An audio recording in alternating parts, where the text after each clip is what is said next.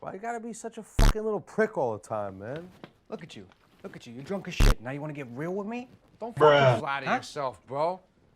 I'm not trying to get real with you. You know what? I'm fucking real. I'm trying to talk to you, all right? Go fuck yourself, man. Think you're better than me. I am better than you. You're an ignorant fuck, bro. No one's better than any next man, all right? You don't know me from Adam. The second you got here, went to the booze and you got fucked up, but that's fine. So That's just who you are. You're a fuck up. That's it. I don't care. Okay, Whatever. yeah, I don't yeah. give a shit. You shouldn't give a shit. Who gives a shit? I definitely don't give a shit. Look, losers like you are incapable of taking care of themselves. You're either leeching off mommy, or leeching off welfare, or living off the government in jail. That's you. You don't know the first thing about me, bro. What's to know? What's to know? You serve absolutely no function whatsoever. It's pathetic. I probably made more money in the last 2 years than you did in your whole fucking life, man. See, man, a couple years from now, you ever see me driving by in my fucking Lambo? You're gonna put your fucking foot so far up your mouth, bro. You don't know what I'm talking about at all.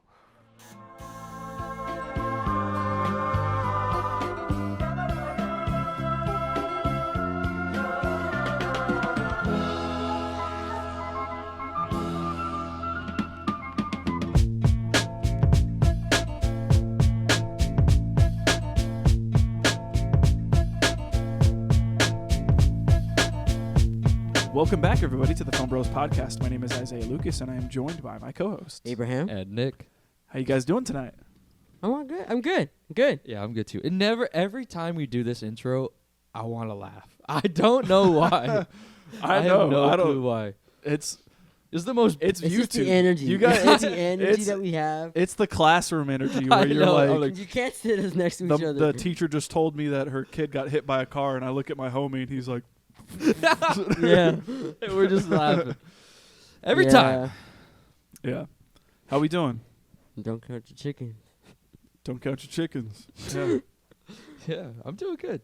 good. I'm glad to hear it. Regular day. It was a beautiful day today. Yeah, It it was- was. The weather was nice. Like it did not feel like a winter day. Mm. It was like 70 degrees. Spring is And- coming. Oh, we don't know. We gotta find out till Groundhog Day. True. You know what? I'm gonna watch that movie for the first time. I've never seen it either. I'm watching Dude. it. When's Punxsutawney Phil comes out? Isn't it like what, February It's 2nd? like is it that close? I don't think so. Groundhog Day is such a good movie, and it bums me out that you guys haven't seen it. When Punxsutawney Phil comes out, so do Bill Murray. It's February. Oh, 2nd. I know what I'm doing this weekend. What? Oh man, you just How let are me hanging you? like that? How are you? I'm okay. What I completely blanked on what it is that you said about the weekend. What'd you say? I'm watching Groundhog Day. Are you going to watch it this weekend? Maybe not. Either this or the next one. Okay. I'm curious because it's a Bill Murray classic, and it's literally about Bill Murray reliving the same day over and over and over again and believing that he's like God. He can I've do whatever never he seen wants. it. He relives the same day over and over and over again. So he like, because he's doing that, like he's like, okay, well I'm gonna commit crime and rob banks and do like everything I want to. I'll kill myself 1,000 ways. I'll learn piano day by day and impress this woman, like because she's never known me to know piano, and then one day I'll just bust it out and be like this virtuoso on piano. You know, like it's really funny, and it's also really heartfelt at the end, and I enjoy it. I think it's a fun movie. This Friday. I can't think of Groundhog Day without the song that plays every day that he wakes up. I don't know the name of it, but I just know it goes, "Put your little hand in mine. Ain't no other mountain we can climb." And it goes, "I got you, babe." You've never heard that song? Never. I might have. I remember, I forget where I was. I was on a road trip, I think, with my parents, and we walked into a Taco Bell one day, and they were playing that song. And I looked at my dad, and I was like, "This is on Groundhog Day." And my dad was like, "Yeah, it is." That's a random fact to know. About me? Yeah. True. That's the life I grew up. Like, my dad, I don't think you understand. When my dad would drive me places as a kid, he would listen to film scores and then be like, what movie's this on? Just quiz What you. movie is this on? And I'd have to be like, The Mask of Zorro. Or- So has it been the same Punxsutawney Phil the entire time? No, I'm sure I don't that's know. dying. Or I'm do they sure- just rotate him out? I don't know. Or do they make him have kids and then his kids get raised to be in that position? I don't know. Is there a They predestined- royalty line? Punxsutawney Phil's. Like what? How does that work? Are you don't still know. on Groundhog Day? Yes, I literally searched up Punxsutawney Phil lore. I want to know, why does he determine? And is it true? I mean, we really base our No, seasons off of that? No, I think it's just a tradition. I think type it's just a thing tradition. Yeah. that happened a long time ago, so they keep doing it. I mean, what is that all about? I don't know. That would be a question for an episode on Groundhog Day. I think we could deep dive into it then.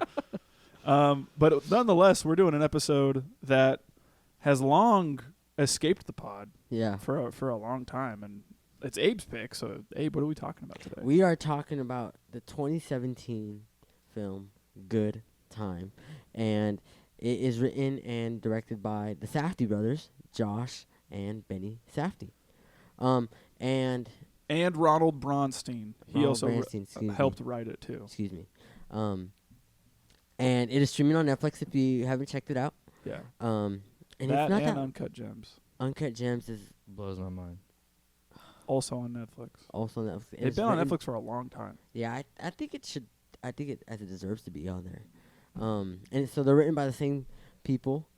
And it's I forget how much this film, how crazy this film is. Yeah. It is intense. It's just stressful. Yeah, and I think that's one of the reasons why we decided to have it be our first actual pick for the pod. So last episode we talked a little bit about this long lost episode 0, as Nick has called it, and our first real episode of the podcast was technically mid-90s. That was the one that we like actually stepped up. We got the digital recorder, we got the mics. We, set it up to make sure it was streaming on podcast platforms, the whole 9 yards. No everything. YouTube though. No Yeah. YouTube. But our real first episode was about Good Time. And I talked a little bit about the context of how that was recorded and stuff last episode at the end, but I want to just paint a bigger picture here because this episode is going to be extremely significant for us because we started out doing this in my room. Yeah. We started doing this in my room. We sat in a triangle super far away from one another. We didn't know how we were going to record this, so we each opened up voice memos on our phone and originally tried to do it through a GarageBand and then recognized that GarageBand had a recording limit, so then we tried to pick up where we left off on voice memos and then somehow merge the audio recordings and then grab everyone else's audio files and put them into one GarageBand project, and then that never worked. Well, none of us really had traditional computers either. Yes, so that's true. it was seriously just we all recorded, and then I figured, okay, my iPad, we just put it onto GarageBand, like how normal people. I mean, I search YouTube and all that stuff, and they're like, do GarageBand. So when you do it, I didn't realize that it was they only had a recording limit of 43 minutes. Right. And us freaking yappers were talking longer than that, even with our first episode. Yeah. So I remember just having the hardest of times. Yeah. I remember thinking It was a this failure. is a disaster. Yeah, it was I remember it was 10:30. We still have the recordings. Abe can Of which play a little ones? bit. I mean, Just whatever you want. anyone. Yeah. And I want to say when I listened to some of that recording, I'm so proud of the leaps and bounds that we've went to be comfortable on the mic and all that just stuff. can you do the start how we started the thing? It was it's Okay, so much I'm different. recording. Yeah. I'm recording. I don't know if I have that part, but All the way at the beginning. Let's see it. Let's hear it. Film Bros Podcast. Today's our first episode. Yeah. My name is Isaiah Lucas. I'm joined by my co-host. My name is Nick. I'm Abraham. And the reason we want to start this podcast is basically because we love movies. Do you hear that Dude, rat like, in the background Yeah. too? Yeah, we're called Film Bros for a reason. We're brothers and we love films. That's exactly what we are. Yeah, so we decided to That's start crazy. a podcast because I don't know. Yeah, like it just seems like we're so We were like, uncomfortable yeah, we on the didn't know what mic, we were doing at awkward, all. not We really knowing what it was that we wanted to say or what we wanted to do. But we had a dream, We did. We we had had an a vision. idea. Yeah, we had and I can happily say that we have executed that idea and that dream. 100%. Mm-hmm. And like I said, this episode is significant to us because not only is it our technical first episode, but it is also going to be our last episode. Yeah. Yeah. And I know that Oh, I got It's chills. probably a shock. yeah, my heart and my stomach Yeah. sink Yeah. when I say it. But I know that's probably going to come as a shock to some of you guys. But yeah, it's coming to a point in each and every one of our lives where we're going to be encountering a lot of change soon. I am going to be having my first kid. Mm-hmm. Nick is going to be getting married soon and helping plan a wedding and Mm-hmm. dealing with all of that stress. Abe's got new opportunities coming to him that are going to take him away from the pod that are again, yeah, it's just we got a lot of unfortunate change that's coming to our lives that is ultimately going to affect the podcast. Mhm. Yeah. And I think we all knew that this was like never going to be a forever thing. Obviously, nothing good ever is, right? But it still does suck, and it feels really bittersweet to say that this is going to be the last one. So I think before we obviously get into the episode and we talk a lot about what it is that we love about this movie and everything, I honestly just want to say I appreciate you guys so much, and I'm probably gonna cry talking about just how much fun I've had here with you guys. You guys have genuinely made every Monday for the last 3 years seem so fun and seamless, and I can't thank everybody enough that sat and listened to us just ramble about film for. I think that's the craziest thing. Is never that I ever think people would want to hear what I say specifically. Like, I don't know. I'm a nobody, bro. Like, I'm nothing. And the Yeah. fact that like people listen to our podcast, even if it's not for me, but even if like my voice is on there, and like that's crazy. Yeah. That is so crazy to me. Never that I ever think I would even get myself the courage to put myself on a platform that big. It's Mhm. true. I Yeah. like YouTube is huge, and that is, I mean, you have to put yourself in a vulnerable spot for that. Right. And I've never done that before, and it amazes me that we all did that. Yeah. We did it. Yeah, and I think that's really one thing about this thing that we created here that really is so significant to me is for all of my life, it's felt like I've had so many ideas about things that I wanted to do, things I wanted to create, and I always had what ifs and things that scared me that ultimately drove me away from those ideas. And I can point to this thing that we've created and say, this was one of those ideas that I wasn't scared of, and that I doubled down on and said, I'm gonna do this. And one day I'll be able to look back at that and say, I did that. You Yeah. know? And I think the same can go for you guys as well. Yeah.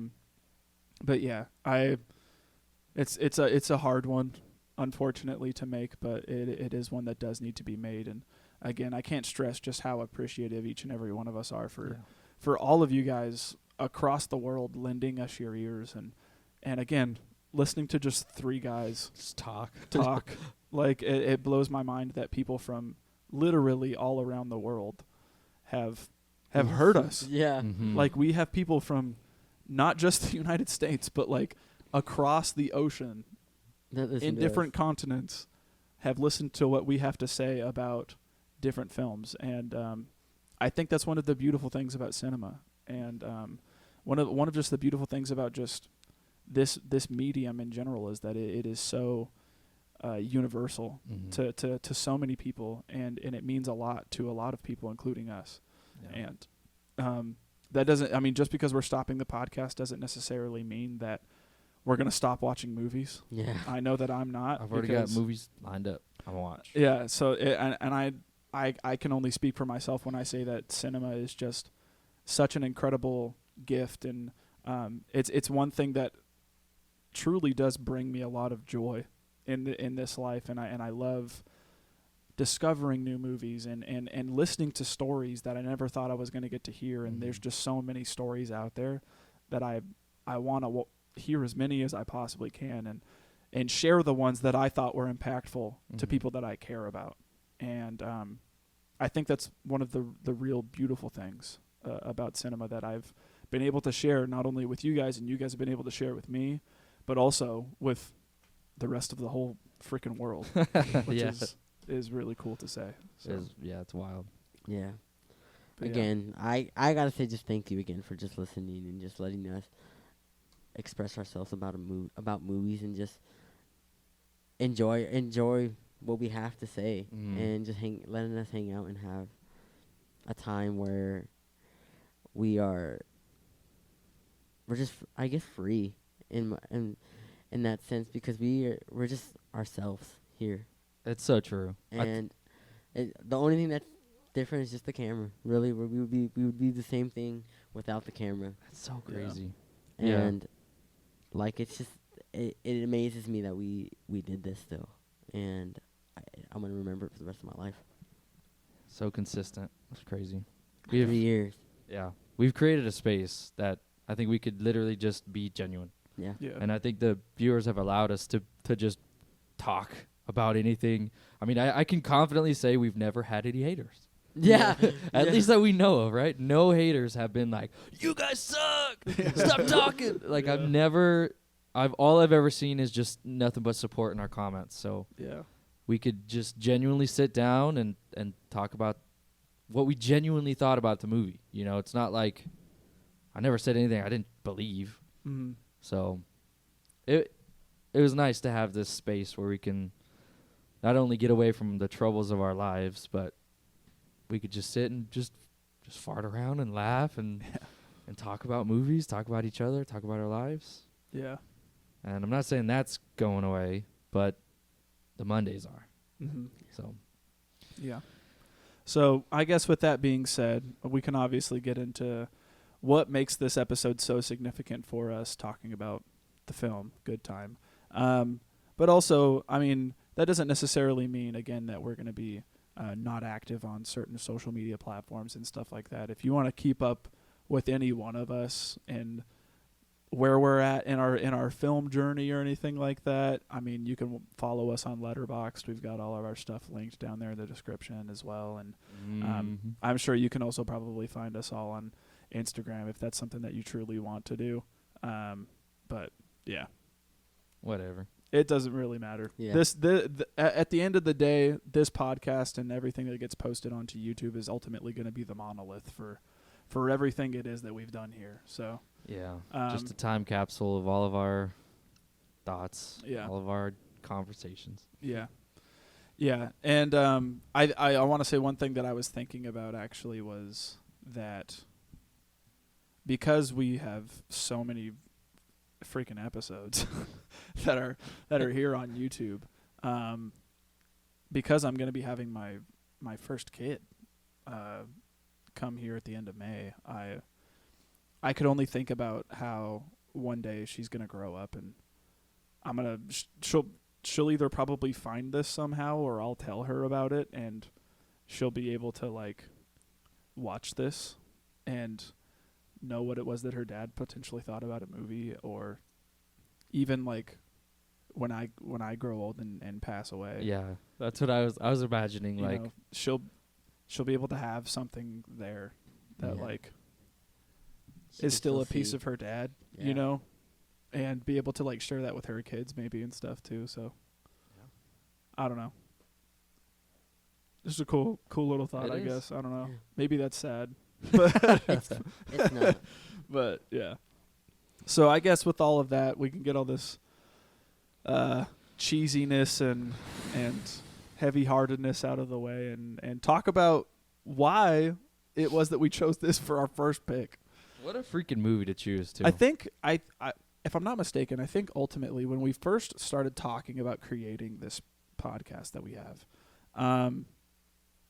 we were trying to think about what movies it was that we were wanting to do. Yes. And I had just stumbled upon Good Time for the first time on Netflix. And when I came across it, I was like, oh, that's Robert Pattinson. He's coming out in this movie called called The Lighthouse that I really want to see. This is one that he did before it. This is also maybe the same guys that did Uncut Gems. I wasn't really a big fan of Uncut Gems at the time. Maybe their previous movie might be different for me. And I watched that. It blew my freaking mind. And I remember telling you guys, we have to watch this movie. Like, you guys got to watch this movie because the first time I saw it, it blew my socks off. That so much to the point where I think we all watched it together for the first time as the pod in my room. Did we? I believe so. I think so. Like, we all watched it together. That makes And a lot of then, sense. if I'm not mistaken, Yes, because I because remember we you started made- recording immediately after. Yes. Did we really? I think so. What the hell? Like, we all watched it in my room and then started to record after we watched the pod right then I and there. remember. I think while we watched the movie, you made burgers on your On my skillet. on your skillet. Yeah. Yeah, we did like impromptu smash burgers. yes, dude. That's wild. I Yeah. totally forgot. It's been those bomb so long fries. ago. Yeah. That's crazy. Yeah. Yeah, that was the Wait, fir- what, that wasn't these though, right? Yeah, I believe Yeah. so. That was then. Yeah. Yeah. Holy man, we had kicked that thing off. Yeah. Nice. We really wanted to start it too. We were like, I remember talking about it for a while. Yeah. You'd brought it up a couple times, and I was always like, "Is that something I'd ever do? I don't know. That's kind of scary to sit and talk." Like, I didn't. There are a couple times, especially when I'm looking back at our old episodes, where I'm like, "Dang, we literally sat down and talked for 2.5 hours, Mm-hmm. and didn't like we had stuff to say in that 2.5 hours that blew my mind. I'm like, how could we just sit and talk for that long? Yeah, We did. To give even further context as to like, I wrote what the podcast would be about on August 9th of 2020, and I wrote out names. What's it going to be about? It's like an Categories. outline. Categories: favorite scene, favorite still. Pause the movie and appreciate how the scene looks. Best quote, bro moment. What didn't work? What worked? What if? Different actors, different director. Would you do anything different? Cuts, different shots. Add more. Who makes the movie? Rate. So some of that still. Some of that still is in tune with what we currently go through with the show format, but obviously there's a couple others that did get cut out, and those obviously got refined over time as well here too. But Holy, I have my notes from when we recorded for the first time. do you really? Yes. I can't. That's what I was looking for, and Holy, I couldn't find it. I literally titled it Podcast Question Movie Number 0. Good time, Benny Safdie. Oh, okay, I'm going to look through this and just see what I liked. Because I'm already seeing quotes here that I have now. Okay. Because I redid notes. Yeah, I couldn't find my original one, so I redid them as well. Yeah, I can't. Oh, I find even my bought. Look, I do favorite stills, and I have times. 1 hour, 20 minutes, 50 seconds. 1 hour, 33 seconds. That's crazy. That's funny. I have to take a look at this. All right. Well, I guess with all that being said, we could probably go ahead and dive in to the chunk of the episode here. So, again, it is currently streaming on Netflix. Go check it out if you haven't. It's an incredible movie. A really thrilling watch. A watch This- that is going to have you on the edge of your seat for the hour and 40 that it runs. Mm-hmm. And I truly think it's a movie that utilizes its pacing so well. And it knows when to be stressful and when the action should kick in and when people need breaks. And when people do need breaks, it utilizes that time to really develop these characters that we're watching on screen and understand why it is that they're doing what they're doing. And I truly do think it's such a masterclass in character writing and ultimately like a realistic portrayal of like a low class criminal in New York. Mm-hmm. Like I do think that the realism here just hits so hard, and it usually does throughout all of the Safdie's movies. But yeah, I truly do love this film. It's a good one. It's a good time. Ba-doomts. But yeah, we're gonna be getting into spoilers as per usual and stuff like that. So if you haven't seen it, pause the episode, go check it out, come back and tell us what you think. If you don't care about that sort of thing, then continue listening. But as always, we'll go ahead and start off with our first category being favorite scenes. My first favorite scene is probably like 5 minutes in, and it's right when we get introduced to Connie. Okay, when he like interrupts the therapy session.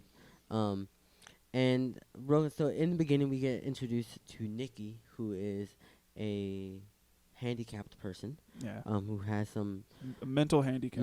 He's mentally handicapped, and he is in a therapy session with his therapist.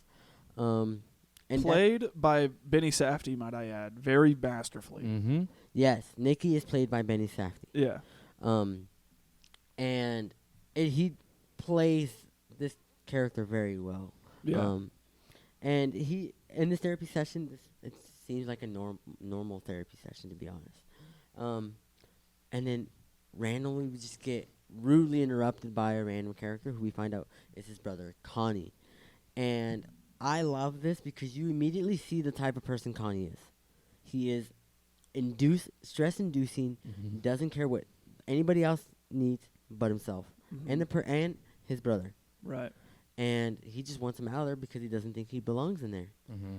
Well, not only does he think he doesn't belong in there, but it's also because he wants to go do what's going to happen in my first favorite In scene. your first favorite scene. Yeah. And which was actually my next favorite scene as well. Okay. So he just pulls him out there real quick and he's like, it's just me and you. Like, you don't need to talk to anybody else. Like, who cares what everybody else thinks? Not even their grandma. He goes to say, and it would lead to your next favorite scene. Yeah. Yeah, and I have to say real quick on that scene, I love the way Connie makes his entrance and how the camera works. Like, as soon as he opens the door, it's like this crash zoom onto him, and Feels like The Office. yeah, and one of the things that I do love about this movie is the cinematography and just how tight all of these shots are. Like, it feels as if an incredibly long lens with a super tight like ratio is being used 100% of the time, and it makes the shots feel like claustrophobic and very intimate almost because of how close we are to these characters all of the time. And he comes in and he's like, "What are you doing? What are you writing down there?" And obviously Nick is like, "He told me I was trying to tell him about grandma and the pen and the chicken." And he's like, "Well, rip it up," and he's like telling him to rip up his notes and like, That's my story. yeah, and he's like completely ruining any progress that his brother could potentially be having in therapy. The therapist is telling him, "Shame on you, Connie. You shouldn't be doing this. He needs this," and all this stuff. And Connie's like, "I know what's best for him. Let's get out of here." And like as he's walking out, he even makes a remark where like they see another person who is mentally handicapped there. They see him and he's like, "You think you're like the rest of them?" Is this what you think of yourself or something yeah, like is that? this what you think? Yeah, I think that's what he says. Is this what you think of yourself? Yeah. And like it's so crazy to say that, first of all. Yeah. But like but again, from a character like Connie, once you start to understand him as you watch the film, he's almost doing it as like a form of love. Like it's like a form of tough love. Like he believes that his brother could be better than what people think he is. So he pushes him harder, or he allows him to partake in things that maybe society wouldn't necessarily think that he could do, because he loves him, and he thinks that he's his own person and stuff like that. Which there is truth to that. We don't have to treat people with mental handicaps like they are not people. Right. I mean, that's the whole conceit of Peanut Butter Falcon. Yeah, exactly. This movie, if you were to think of this movie as Peanut Butter Falcon, it's like the complete opposite form of that movie. Yeah. Whereas that one's so heartfelt and full of love. This one is full of just chaos and greed and selfishness. Mm-hmm. But yeah, that goes into my favorite scene. So we eventually come to find out that Connie breaks Nick out of his therapy session to rob a bank. What a decision. Of all things. And what we come to find out is that Connie has spun this narrative to Nick that if they rob a bank and they get enough money, they'll be able to move to Virginia or something like that. Yeah, I get think a it was farm, Virginia. And they'll be able to live on the farm with one another and not have any worries or anything like that, and just live their lives and just be together and just be brothers and have fun, right? And so he spins this narrative and this lie to him that he'll be able to do this. And we get immediately thrown into this robbery scene. And one of the things that I always loved about this scene was the masks that these guys use. Dude, masks are sick. They're so incredibly real looking, it's crazy. Mm-hmm. But they put these masks on and they look like completely different people when they put these masks on. They put like sunglasses over their heads. They're wearing like 2 hoodies, like safety vests and all this stuff. It's like things to completely throw people off, right? And as soon as they go into this bank, they're not saying a word. And I always thought it was super smart how they robbed this bank. Just to write the note. They just write a note. They slide it into the teller. They put the bag in the little like safe, like, you know, I don't know what the thing's called, the little box thing. Safety deposit box or whatever. Probably. But they put their little bag in there, and their note essentially says like, we are currently robbing this place. Give us all the money you have, right? And so eventually the woman that's manning the teller desk kind of reads the note and starts to empty all of her till, you know, into the bag. And like as she's doing that, this incredible score from One-O-Tricks Point Never, Dude, or holy. also known as Daniel Lopton. He also does the score for Uncut Gems, and he worked with The Weeknd on After Hours. Mm-hmm, mm-hmm. Makes a lot of sense. His score here is so incredible. It's one of the things that works so well in the movie for me and adds just another layer of tension on top of all of the other stuff that's happening throughout the film. 100%.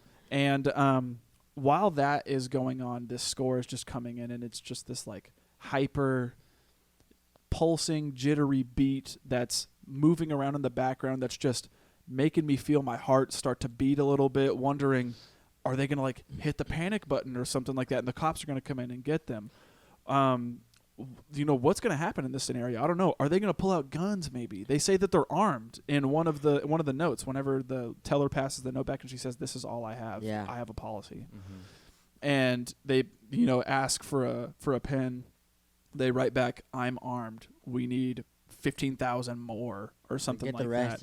Get the rest. And so like she disappears for a little bit. We don't know what it is that she's doing. And she's gone for a minute. Yeah, It's she's gone for a quite a little while. while. And like you start to notice that like the other customers are like looking around and wondering what is taking so long. Like Right. and like you said, this music is on. I'm stressed because also Nikki is like he doesn't know what to do. Yeah, and he's getting like claustrophobic and being like, "I want to take the mask off."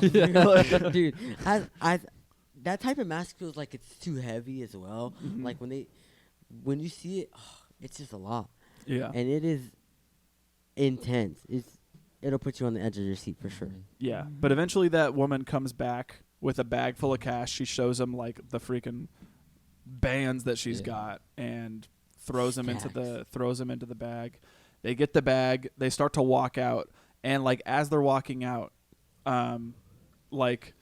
Nick starts to like run a little bit, and he's like, no, stop, don't run right now. And he's like, I want to take the mask off. And he's like, you can't take the mask off. Just wait 2 minutes. And he's like, I can't breathe. I want to take it off. And he's like, you got 2 minutes, please. Just wait until we get into this alley over here, and then we can take it off, right?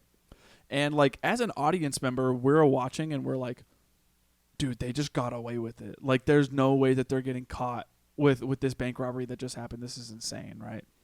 And they run into this alley. They freaking rip all their masks off and all the stuff that they were wearing. And I genuinely love this part of the film because it's immediately after this that we start to see that like Connie really show his love for his brother. And he's like, dude, you were freaking incredible out there, Yeah. dude. Like, He's like, I couldn't have done this I without couldn't have you. done. Yeah, I couldn't have done this without you. strong Are you you? are. Daddy's so strong Are right you? there. You're so strong. Are you feeling this? Are you feeling what I'm feeling right now? You were freaking incredible. I'm cold. Like, yeah. And he says something too. He's like, "You're cold." And he just goes, "Yeah."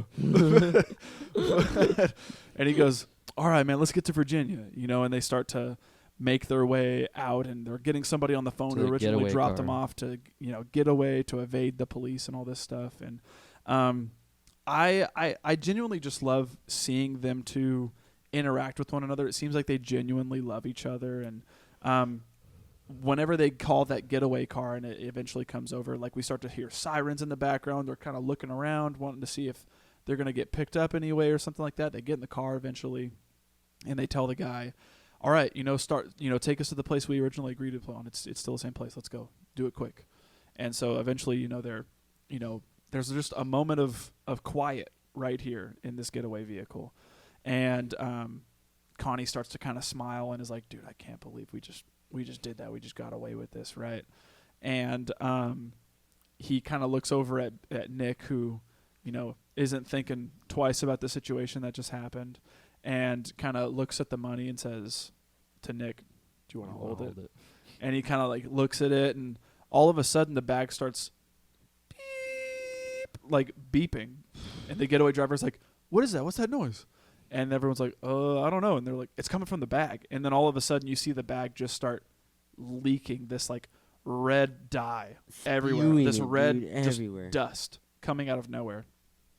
And we come to find out that the money that was given to them had these dye packs in it that were immediately going to be, anyone that uses that money is immediately going to be able to tell that that money was stolen. Yep. Right. It's dirty money. Right. And so immediately this dye just starts going everywhere. And we start to see that like it starts pouring and pillowing out of the car. The car crashes into a parked car. Everyone starts, getting everything that they can out of the vehicle. The driver's knocked out. Driver gets knocked out from the freaking crash and all this stuff. And so they're getting out of the vehicle in the back, and Nick and Connie are looking at one another. Nick is like, it's burning my face. I'm burning. I'm going to puke. Yeah. I'm going to puke. And he's No, you're not. He's like, stop. You're going to be fine. You're going to be fine. We're going to just clear this out of your eyes here. You're okay. It's so funny. 'Cause And, he's like, as they're, running away, he's sitting there being like, I'm going to throw up.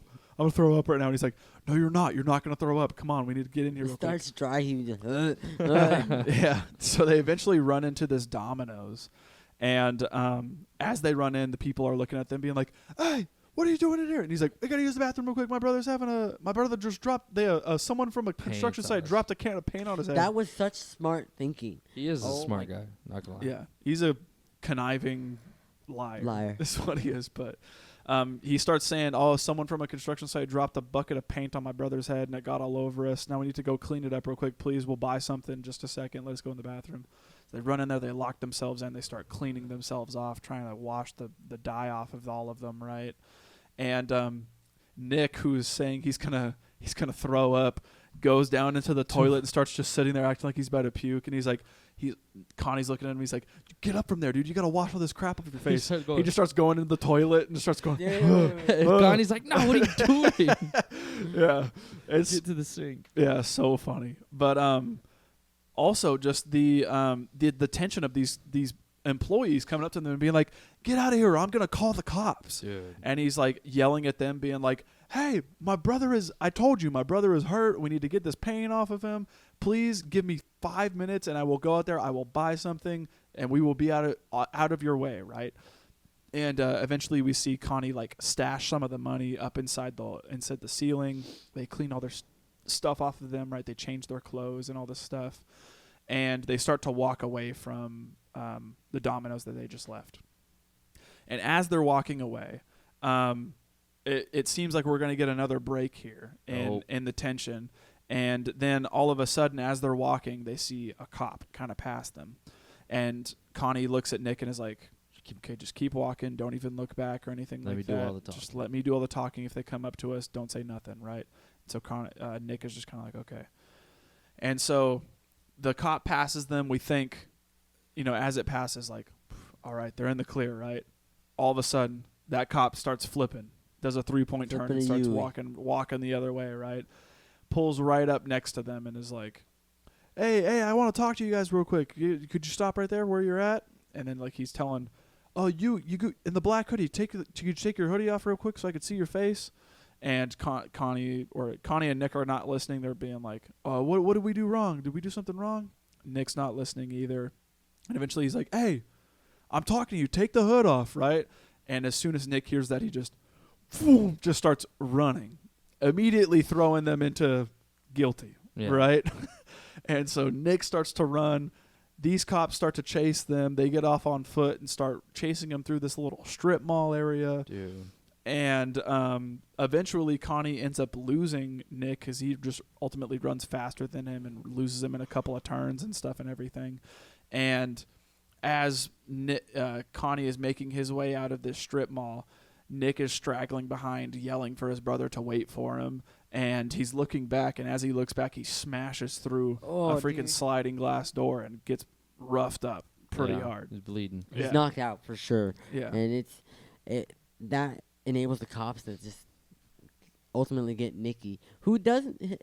I feel so bad for him. Yeah, he gets the brunt, gets the consequence of the issue. He not only gets roughed up from the glass, but then gets arrested, gets put in jail, and like him being in jail and all that is a whole bra moment for me too. Like when he gets put in this holding cell, people start like fighting and everything, and he's just sitting there, and then they go in there and like mace everybody. He gets maced like on the sidelines, and like while he's in there trying to figure out what's gonna happen, people start beating him up. Dude, and like, that's in jail too. Like we all talk about that in bro moments because Trying to watch the TV. Trying to watch TV. Yeah, it's an incredible way to really thrust you into the type of movie that it is that you're gonna watch. And the crazy thing is that all of that happens, and then once Nick is in jail, that's when like the credits at the beginning of the movie start to roll. Mm-hmm. Like that's when we start to see like who stars in the film, who wrote it, who created it, casting director, stuff like that. And it's like, holy cow, we just encountered all of this, and that was only an intro. Yeah. Like, are you kidding me? Way worse as time goes on. Yeah. Which is crazy. But that's my whole first favorite scene, that whole section there. Yeah, there's no way that like you couldn't include that. Yeah, my next one's not till later, until it's after he leaves the hospital and goes to that freaking old lady's house. Oh, okay. Okay, I have most of mine now are gonna be in bro moments until the ending. Okay. So my next one is Ray's story about when he gets out of jail. Yeah, that's my favorite too. I think that's after. Okay, so you go over here. Basically, what had happened is, Nicky's in jail, and Connie his whole mission is to get him out of jail. So he goes to the bail bond place, and the bail bond's like, dude, you got to get $10,000 more. This isn't gonna cut it. You got to do it tonight, or he's not gonna get out. And what crazy is it? Because he's using the dirty money. Yes. Yeah. And the dude knows. He said, dude, this is dirty. Yeah. This is filthy. Yeah. Yeah, and when he's counting it, it blows my mind because you see some of the bills have some of the pink still, and he's taking it, and then he shows the pile of like stacks that are just that you have to throw away. Yeah. Yeah. Essentially. Unfortunate. You want to know something actually about that bail bonds place? I thought this was so cool. And this is one of the things that the Safdie brothers do a lot is they cast people who are not actors in their movies. He's a real guy? For the sake of realism. So originally a guy named Eric Roberts was supposed to play the bail bondsman before the scene was reshot with the actual bail bondsman, Eric Pakert. That's the guy that is in the movie. He's a true bail bondsman. Really? And it's his location and everything. The person, the woman that works the front desk is his wife. Really? All this stuff. What? And originally they were only going to use his office space to shoot the scene, and they were going to cast a regular actor and all this stuff. And eventually the Safdies ended up asking Packer and his wife to actually play the roles, and then they reshot the entirety of the scene and included them in the film. So they can actually use someone who is a real bail bondsman and knows what they're doing. And knows what they're doing, knows how the situation would work, and get him in front of the camera to further portray that realism, which I thought was really cool. Excuse me, I just had a little stroke right there. That just shows, too, that, like, that guy can act. Like, that guy straight up can act now. Yeah. I would believe that guy is an actor Easily. from seeing that scene. Yeah, he's Um, fantastic. He's got that like harshness about him Yeah. where he's like, all I care about is the money. Go give me the money and we'll get this done. Yeah. He seems like the guy that would play Kingpin in Spider-Man. I Yeah, definitely agree. Yeah. A little bit. He Like- looks like it. Yeah. Like Like Vincent D'Onofrio, I think is how you say his I'm name. not sure, but like that's the type of vibe I get off of him. Just because he's bald. And his And deep big. voice, He's and he's big. big. Yeah, he's But that, like you said, it blows my mind that someone off the streets can do that. Yeah. yeah. And props to him. When they know talent, dude. And it blew my mind that he said, and this just shows how kind of desperate and like off the wall Connie is. Because right when he says, "Hey, you need $10,000," she's like, "All right, I know." So, Yeah. and he goes and is just trying to extort his. I'm gonna call her his girlfriend, His right? side- Yeah. Yeah. Side piece. They have like this idea of they're gonna go on a trip together, which makes me think that they're more than just friends. Yeah. And and of course he's lying. He Yeah, says that manipulating her. he says that someone was abusing him in therapy, so my brother lashed out violently, and they're getting him for it. That's why he's in jail. So we need money to bail him out. And he even tells her only a couple thousand, Yeah. which it insinuates like maybe 2,000 or 3,000 in my Yeah. mind. And she's like, "Oh, that's not too bad." She's like, "But what about our trip?" and Dude, even then he's she like, makes "How me could you?" mad. After all I told you right now, how could you be thinking about that? Is that your really response right now? Yeah. Making her feel like a piece of garbage. Textbook gaslighter. Exactly. Yeah.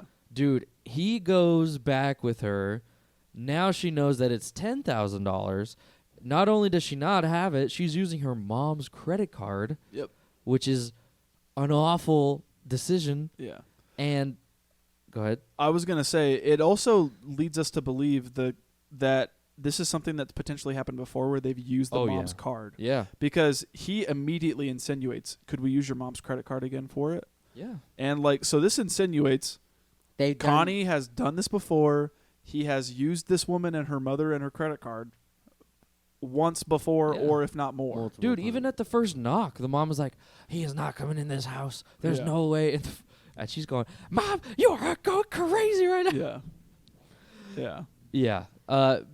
The chaos is just leading to the card being declined, and him having just no other way to get him. They find out that he's not on schedule to be posted for bail. He's actually in the hospital for what we had seen earlier, Mm-hmm.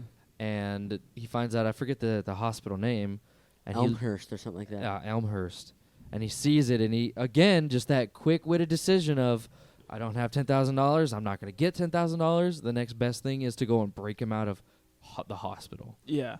And another huge bro moment, too, is whenever we find out Connie tries to get the money back that he gave the And bail bondsman, and dude he's said like, no. no, that money's mine. It's in the safe already. You get the 10,000. Oh, excuse me. You get the other 10,000, and we'll be able to get your brother out. But that 16,000 that you gave me, that's mine. That's crazy. Yeah. He ends So he up, robbed this bank and he doesn't even see for anything nothing, and he it. doesn't even see anything for robbing the bank. Nothing. They're in a worse position, Yeah. which blows my mind because they did all that work. Yeah. Anyways, he goes to it's the whole ordeal to get him actually out of the hospital. You know, he goes to floor 5 and he's talking to people, like trying to just blend in, asking, "Hey, It's what's like, with "Where's all the all-" cops?" Yeah. And the guy slips some information saying, "Oh, there's prisoners on floor 6." So again, we see him go to floor 6, and he's going through. He's acting like he's just going for the bathroom while he's looking for patient slips and all that. And he goes past, and he sees a cop posted outside the door, and then he looks in, and he sees what looks to be his brother, all kind of busted up with bandages over his face, and gets the bright idea to talk to the cop, trying to get friendly with him, saying about this weird dream yeah, he I'm had. with my dying dad just down the hall, and the channels just started to change on their And own. when I stood When up, I it stood up, they stopped. stopped. Yeah, and I've been here for 48 hours straight. Maybe I'm losing my mind or something like that. I'm gonna get some coffee. You want some? Yeah, he's trying Yeah. to get friendly with them. Yeah. He goes into this random lady's room to just wait. Yeah. It blows my mind because the lady wakes up. Yeah. She's And- yeah. And he like it's feeds so her. Weird. 'cause Yeah, he feeds her and then feeds himself. I'm like, Yeah. oh, it's freaking weirdo. So Yeah. weird. It's so weird. Taking Then, the yeah. old lady's orange juice, that's petty. Yeah. But then he camps out in a room and just waits for the cop to leave until he eventually gets the chance to see that he left. Yeah, dude. And this again was pulse pounding when the cop leaves. He goes in there, dude's absolutely knocked out, so he starts kicking the handcuffed like little armrest thing, drags him, and all the while you got this like pulsing. It's almost like I want to describe it as. It reminds me of like a dystopian. Like I almost every time I hear this, I think of like a Blade Runner or like a cyberpunk type vibe to it, where it's this like futuristic very dystopian. synthy. Yes. Yeah. That's what I feel. And this is going, and then he's getting him off of this stretcher, and you're hearing just the wee. Like you're hearing the monitors going crazy, and you know that the cop just left. Like you have all this tension building, and you just have this like lifeless body. Yeah. And he ends up getting him in the wheelchair, takes him down. All the while he's trying to like, he covers him up, he cuts someone in line to get on the bus. And he's like constantly looking at the security guard at the front to see if anything's happening. And all that tension slowly dissipates as the bus leaves. You know he gets out with his brother. Got away with it. But he has no plan. He has nowhere to go. Again, he's winging it as he goes along. I think effectively because he notices that the people he cut are this older couple. And he gets off a couple streets down, but makes his way back to the couple where they got off. And he has all this elaborate lie again where he's like, hey, can I come in and borrow your phone? I locked myself out. I don't have my keys. I don't have my phone. I don't have anything. Can I use your phone? And the way he worms himself into this family blows my mind. Yeah, I think the only word that I can use to describe Connie, to truly understand his character, is like the textbook definition of what a parasite is. Easily. Like he is going to make his way into your life and leech off of you until there's nothing left, and then once he's done with you, he's going to move on to the next object. Yeah. You're just a thing for him to use. Yeah. Like a maggot, dude. Once the maggot's done eating it, it's going to the next thing that they can go feed on. Yeah. Yeah, and the way he worms himself into this family, where at first he's just like, "Oh, I'm only gonna stay for 5 minutes," and then they offer the brother a room, which is very nice, and then he's like, the mom goes to sleep. There's only a 16-year-old girl there, and he's just like, he kind of just becomes the ruler of this house, to be honest. He just overtakes it, Like overtakes it, starts rummaging through the bathrooms, dyes his hair with dye that's not his. No. Starts making food there. Yeah, goes through the fridge. Also, what's in the fridge is gross. Yeah. He just like starts commandeering the entire household. Yeah, treating it as his own. And that's why I think I like these scenes so much, because, they finally get this moment where he's where they're both sitting on the couch, they're watching shows together, and a news report comes on. And about immediately the bank robbery. you freaking see Connie's face on the news, and he's got to do another quick thinking move to get her mind off of that, and does some. What does he do? He starts macking on Yeah. 16-year-old. Yeah. Which is insane. We had the problem with the first time we recorded this episode where that's just freaking garbage. Yeah. Kids like. But listen, you have to think about it from Connie's perspective as well. He didn't have to freaking kiss. Well, what else is he gonna do to say? What is he gonna say? That's not me. He could have got up and started tap dancing, bro. I don't care. And again, Connie is the personification of like someone who's just a piece of freaking trash. Yeah, this is true. This is true. And he so far has done anything and everything to prove that, but he's doing it under the disguise of like, oh well, I'm doing it because I love my person. It's all it's all because I love the person. Yeah. Right. All because I love Nikki and I need to get Nikki help. Right. But at what point does doing that and disguising it as love, at what point does it stop being love and more about you? Yeah. Well, I think the whole time he's under this delusion that he's doing it for his brother. He's morally correct in doing what he's doing, and when in reality he's just destroying every single person's life. Yeah. Exactly. But all that to say, I mean, this literally leads into one of my favorite scenes of the movie when they're in her room kind of getting, going through the motions. Yeah, going through it, and then they hear some noise. Yeah, they start hearing, and you hear like glass breaking, and you're like, oh, or Nikki's waking up. What the heck? He immediately understands, goes upstairs and sees him waking up. But what he's realizing is that it's not Nikki. It's a completely different person. A completely different person. Broke out the wrong guy. And when I tell you, my heart sank to my freaking feet. When I saw this the first time and I realized it was the wrong guy, my jaw was on the floor. I was just like, he went through all of that just to break out the wrong guy? Yes, dude. That's like the worst thing you could ever think of. Because oh, dude. Imagine trying to go save your brother. And you see a face that's recognizable, and then you get home and it's not him. Well, and it's even harder, too, because the faces were both all bandaged up. Yeah, you know? yeah. Everywhere. And then now you got to deal with the situation where, like, this guy's not going to go back because he's in jail. A fugitive. Yeah, he was a prisoner He was himself. a prisoner. Yeah. Yeah, it's just all 100 ways messed up. And it was his one and only shot to get his brother, too. So it's even, like, a more desperate feeling that he's getting because he's like, well. And I love, too, that, like, the guy's making such a ruckus. Yeah. And Connie hops onto him and he's like, stop making noise. Don't you dare wake up the grandma. Yeah, that's all he cares about. I know, it's so funny. He's And like, you if hear you Ray- wake her up, I'm going to beat you. Yeah, and you hear Ray being like, what, grandma? What are you talking about? Bro, get off He's me. like, I don't know who I am. Yeah. It's so funny, and it's just it's more chaos. Yeah. It's so much chaos, Yeah.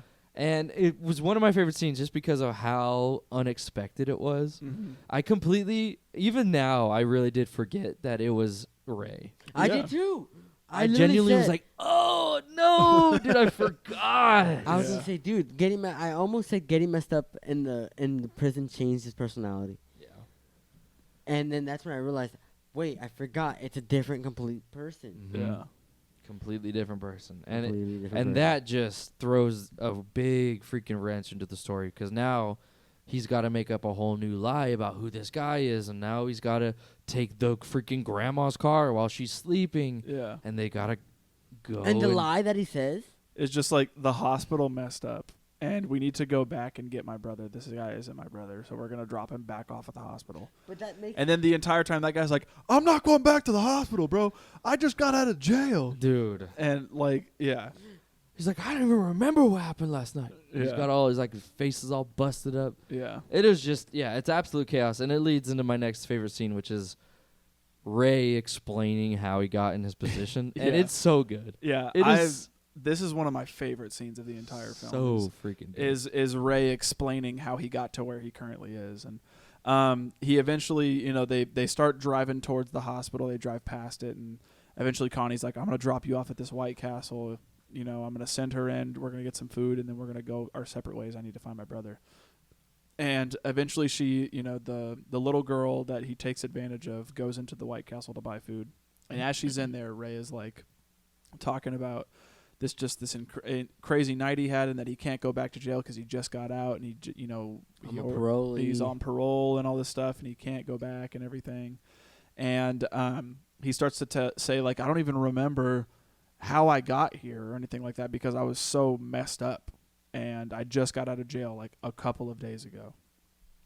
And so we start getting this flashback happening where he's talking about what happened as soon as he got out of jail. And he's like, as soon as I got out of jail, there's a liquor store right next to the place. Go into the liquor store. I'm going to want a drink, man. I've been in jail for however long. I'm going to want a drink. So I go in there with what little cash I have. I kill a bottle of brandy.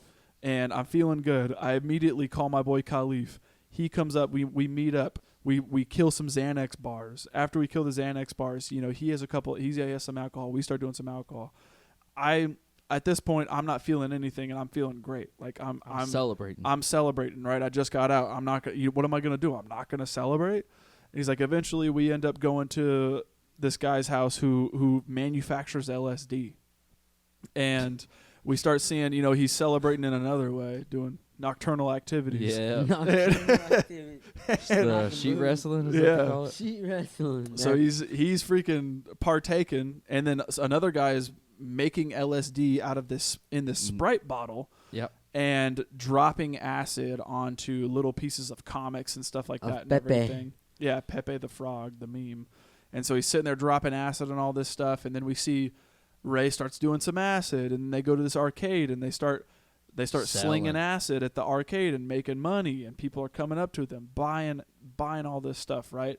And meanwhile, the guy that just manufactured all this stuff is still carrying the Sprite bottle with all the LSD, right? Mm-hmm. And so eventually, as they're slinging all this acid here in this arcade, first off, I gotta say too, the way that they shoot the arcade looks so Yeah, sick. it's So all like cool. bright, Like- vibrant. You see the dude's eyes are Dude. just like, Freaking yeah, like Huge. he's, Looks like he's a- domed.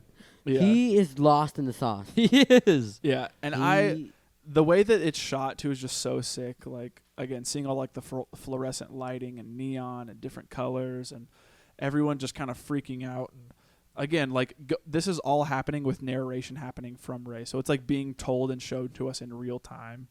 And immediately after the arcade slanging is happening, eventually someone gets caught and the cops are coming, so they make a run for it out of this arcade, and eventually this guy that's leading them leads them into this random little amusement park called Adventureland. Mm-hmm. And so right as they get up into Adventureland, they go into this haunted house attraction to try and lose the cops, and it's super dark in there. It's not on or anything like that. And he says that, as they're in there, one of the guys that was carrying all of this cash that they had from one of these sales that they just made, he stashed all the cash in this haunted house attraction, as well as the LSD that the guy manufactured. And this is so smart, because all the while Connie's not saying a word, and this guy's just telling his story, and Connie is like latching onto every single detail. He's like, and you see him pull out his phone and he's searching how Adventureland. far away is Adventureland, and he's like, it's like what, like a minute or two away or something close like that, and he's connecting, and he's like, okay, that's a way I can get some money. That's a way I can use this guy. That's a way I can alter the situation for my benefit. That's a way that I can manipulate this guy. Exactly. It's Yeah, crazy. His exact thoughts are only to get that 10,000 and to get Nikki out. Yeah, But you can see the cogs are turning Yeah, though. start turning. But And- it makes you feel so good for Connie. So yeah, and good? it's one of these things too where like you're watching it and you're like, oh, maybe that's a way he could. Yeah, he's because got at another that shot, point- and he's got another shot here, and he can potentially use that to get his brother out. Right. At that point, that was the only other thing I could think of he could do was he needs to get the 10 grand. Yeah. And then when he I'm rooting for the worst person in the movie. Yeah, it's Yeah, really he's true. our protagonist. and he's And absolute garbage. Yeah. Yeah. He's the protagonist and the antagonist. Yeah, But again, like as Ray's continuing on with this story, eventually they all make it out. Ray's running amok in the street, high as a freaking kite off acid, and eventually hails a cab, gets in, and the guy that's hailing the cab eventually tells him that, oh, I don't have any money on me right now, but once you drop me off, I'll go into my mom's house. She'll get some money for you. And as soon as he hears he doesn't have any money, Ray explains, no, I don't have any money on me right now. I just got out of jail. Like, drop me off at my mom's house. We'll get you the money, and we'll be on your way. As soon as the cab driver hears jail, he starts freaking out and starts saying, you don't have any money? I'm not going to get ripped off again. You guys do this to me all the time. I'm going to drive you right to the police station, and we're going to get you put in jail for trying to steal from me.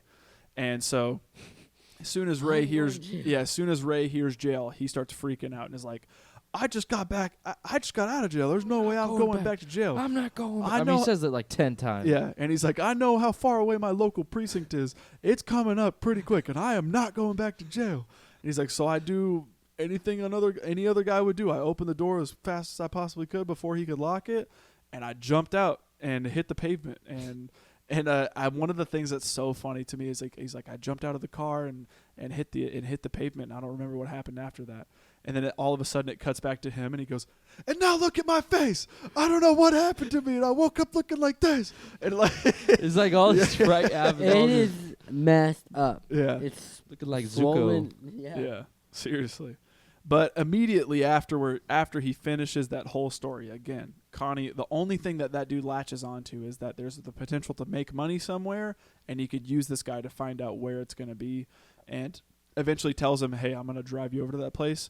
We find it, we split it 50-50, and we go separate ways from there. And the guy's like, yeah, whatever, bro. Just let's go. I can try to get you, try to find it, but there's no promises. I don't know where it is. It was dark in there.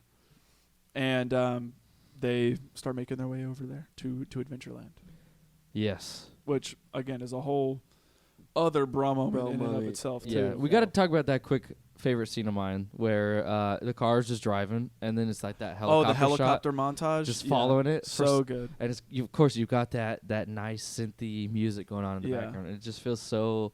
It feels like it's hard to describe the feeling I get. It's both futuristic and still Almost like nostalgic a little bit. It feels nostalgic. It reminds me a lot of the same feeling of Drive, where you just have this, like it feels dystopian future, but also like kind of in the past. I don't know how to describe it. It's so strange, Yeah. and yet I'm there captivated by this car driving Yeah. for no other reason other than the music's good and it looks sick. Yeah. Yeah. But yeah, that leads into I don't know. I mean, do you have Adventureland scene or No, That's my all last bro moment my for me. last favorite scene is ultimately the ending. Okay, Yeah. let's talk about the ending then. So I first off the ending, and then I also lump in the ending with like Nick playing the game at the end, the crossing. What the a room. great way to end it. Yeah. But the ending we eventually get to after we leave Adventureland and we have this whole fiasco. There is a security guard at Adventureland that, again, crosses paths with Connie, and his entire life gets turned upside down because of it. They eventually take this security car that is at Adventureland, and they go to this guy's house and camp there for however many hours to kind of like blow off some steam and figure out what their next move is going to be here, right? They don't end up finding any of the cash there, but they do find the bottle of LSD. And once they get to this guy's place, they start talking with one another about how much it is that they could potentially get for this bottle of LSD. And Ray starts telling him, "Hey, I could, call my boy Khalif, and he can come and he'll potentially pay you back for it or something like that, buy it back from you, and you can make a probably a nice little bit of money off of it." Yeah, yeah. And so he's like, "Okay, let's do that. Call your boy, right?" And so as he's getting him on the phone, they're sitting there watching TV. Ray starts to see that, oh shoot, I just saw the news segment that little girl was supposed to see before you took advantage of her, saw, and he sees it on the TV and is like, damn, how long are you gonna be in for if you how much time you looking at or anything like that. And Connie has this like God complex where he's like, "What are you talking about, dude? I don't want to talk to you about this. You don't even know me or anything like Yeah. that. I'm better than you and all this stuff." And he's like, "The first thing that you did whenever you walked in here was you went right to the booze and you started drinking and getting hammered and all this stuff. You know that, and that's the type of person that you are. You're always going to be at the bottom or something like that. Whereas me, I'm better than you. Like, and there's no other way of putting it, right?" And they start going in this whole argument, this whole spiel about how one is better than the other. And Ray comes back and says, "No man is better than any other man." That's one of my favorite quotes. Yeah. And the fact that you think that you're better than me is insane. Like you don't know me from Adam, right? Yeah. And they eventually start getting into a scuffle. Khalif comes and starts saying, "Hey, I'm gonna buy back the LSD for $1,000, right?" Not enough. Not Connie good is enough. like, "No, that's not good enough. I need $15,000 for it." And so Khalif is like, "How am I going to get $15,000 for you in an ATM? That's freaking insane. I can't do that." And he's like, "I need $15,000 or there's not going to be any sale." And eventually Khalif buckles and is like, "All right, so what you're telling me is I'm going to go to the bank. I'm going to get $15,000 out. It's going to be like 3 hours before I get back here. And I'm going to come back here. I'm going to give you the $15,000. You're going to give me the LSD." And he says, "Yep. And if it takes that long, then it takes that long. But that's my price. I need $15,000. And so Khalif is like, "All right, fine. I'll do what it is that you're wanting," right? And so he eventually, walks away. He starts whispering to Ray, and he tells him like, "Hey, I am gonna go to the ATM. I'm gonna get out $3,000 or something like that. We're gonna come back. He's gonna take it or leave it. I'm gonna go talk to my other boy. We're gonna take care of something else here, and that's gonna be that. We're gonna get rid of this guy." And Ray is like, "Good. I'm tired of this freaking guy. He sucks. The amount of time that I spent with him has been against my will, and I want him gone, right?" And so eventually we start to recognize, oh, shoot, Connie's life might potentially be in danger now. This guy's going to come back and try and kill him and potentially take the money and the LSD with him getting nothing, right? And so while that's happening, I can't remember it. The police start to swarm the place, right? Yeah. So Ray is knocking on Connie's door that he locked himself in because with the dog, actually, because there's a dog in that house, and he locked himself in. He's like, all right, like, come out, like, he's coming. Oh yeah, and he starts to try and leave. Yes. That's and what then, it is. And then he starts to try to leave, and then he calls Khalif and says, hey, He like, says, "Hey, he's leaving. come he's back, leaving. come back, he's leaving. Yeah, And then he and then the says, "I dog is can't." attacking, and yeah, It's all so this stuff. Nothing but chaos. Yeah, and as he's calling him and being like, "Hey, he's trying to take off. You got to come back," and he's like, "I can't come back right now. The place is swarming with cops." Mm-hmm. And then, like, right as freaking Connie's leaving, all of these cop cars are just pulling up each and yeah, every you direction. hear the distant siren. Yep. And Connie's trying to make a run for it. He's trying to run from the police. He's still's got that LSD bottle in hand. And as he's running, he gets tackled by the police. Bottle goes flying on some parking garage. Ray's on the phone with Khalif and he's like, "Hey, the bottle. He just dropped the bottle on this parking garage in this puddle. Whenever the cops leave, we know where to go and get it, right?" And as he's on the phone, cops start banging on the door in the apartment that he's currently in. So he's thinking, "Shoot, how am I going to get out of here?" Yeah. I maybe I can go hide in a closet. No, that's not going to work. You know what? I'm going to climb out the window and try to, like, potentially scale this building and hide from the cops, right? Dude. And so he, like, crawls out of the window and starts climbing on this balcony. And as Connie's getting apprehended and put into the back of a cop car, cops start to recognize there's somebody hanging from the building. Look up. And eventually Ray loses his footing and freaking falls to his death. And one of the things that I love so much about we talked about this. I remember talking about this specifically in the first episode whenever we recorded this. I love the way that the Safdies choose to show how Ray dies. It's incredibly realistic. It's not over dramatized. It's not like a moment where Ray, like, it cuts to him slow motion and he's like thinking like, oh, like it's not dramatized in any sort of way. It is a simple shot of a guy falling and you hear a boom, like a huge freaking thud, and everyone just being like, oh, Yeah. And it again, everyone's got Instagram reels here. We've seen this before. We've seen this before. We know how this looks and how it sounds, unfortunately, and it's incredibly realistic. And I can only applaud the direction and them trying to show just again how real this is looking and how real it sounded. But after we see that happen, Connie gets put into the back of the cop car and drives off, and we get potentially one of my favorite shots in the entire film, where it is this prolonged cut, Like a Call Me By Your Name style exit. Yeah, and it's this prolonged cut of Connie just in the back of this cop car. Just and going. yeah, and like as it's happening, he's just like staring off into the abyss, not really. It feels like he's kind of processing what just happened. And as that's happening, that score is playing in the background, and the camera work is so sick because like you see the police grate. Yeah, you see the police grate in front of him, and as it continues to get closer and closer to his face, the grate kind of sort of blends in and disappears a little bit, and we just see like this lifeless gaze from Connie. He's disassociating. And for yeah, sure. and it feels to me like he is finally coming to terms with the fact that everything that has gotten him to this point has been because of him. Yeah, he's Like, realizing what he did. He's fully realizing that the consequences of my action were solely because of me. Like, I got myself in this situation. I tried to help my brother, and it only landed me in jail. It hurt tons of people, and it feels like he's finally like having this realization because he's just sitting there, staring into the abyss and not saying a word. And it's like one of my favorite shots of the film. And then eventually we get to see Nick go back to therapy. He's got a haircut and Looks good. Yeah, he's looking all healed up and everything. And we get to see the therapist that originally started in the beginning of the movie.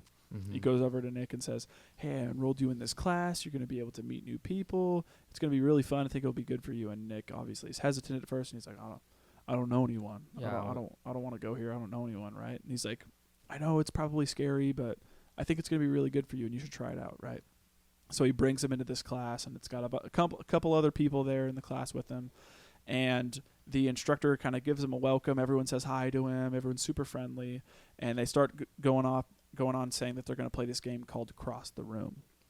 And the instructor starts saying, It's so easy. yeah, and he starts saying, I'm going to tell you to cross the room if you've ever done something, if you've ever felt something, if you've ever done this thing or felt this thing or experienced something, then you're going to cross the room. So it's going to be something simple first, right? Cross the room if you've ever eaten pizza, right? And so everyone crosses the room. Cross the room if you like candy. Everyone crosses the room. And then it gets a little deeper, right? Cross the room if you've ever been in love, right? And then a select few people cross the room. And now at this point we are only following Connie and seeing what he crosses the room. Or Nikki. Or Nikki, excuse me, yeah. We're only following Nikki here and seeing when he crosses the room. And as this is happening, this incredible original song from 1-0 Point Never and Iggy Pop starts playing called The Pure and the Damned. It is. And I feel like it's for real the perfect song Yes. to play here. And even the lyrics, like, I feel like encapsulate Connie's thought process almost to a T.